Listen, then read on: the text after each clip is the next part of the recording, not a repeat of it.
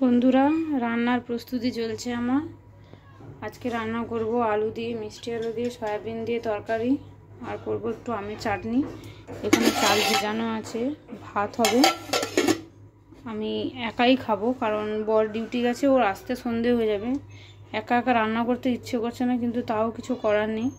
বাবার বাড়ি পুজোতে গিয়েছিলাম, গলা বসে গেছে, গলার অবস্থা খুব খারাপ। চলো টাটা, রান্নার পর আবার দেখা হচ্ছে। মোটামুটি আমার প্রস্তুতি কমপ্লিট, চলো রান্না করে দেখা হচ্ছে, টাটা। তো ফাইনালি রান্নাবান্না কমপ্লিট, চলো তোমাদেরকে একটু দেখাই।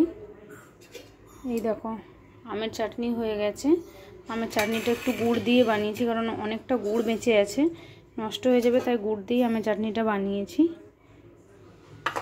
আচ্ছা, সয়াবিন আলুর তরকারিও হয়ে গেছে আমার। এদিকে ভাত হয়ে গেছে আমার। মোটামুটি রান্না সব কমপ্লিট। এবার আমি চান করতে যাব। তো চান করার পরে পুজো করব, পুজো করার পরে তারপর খাওয়া দাওয়া। আমার লুকটা শুধু দেখো, রান্না করতে গিয়ে পুরো ঘেমে গেছি।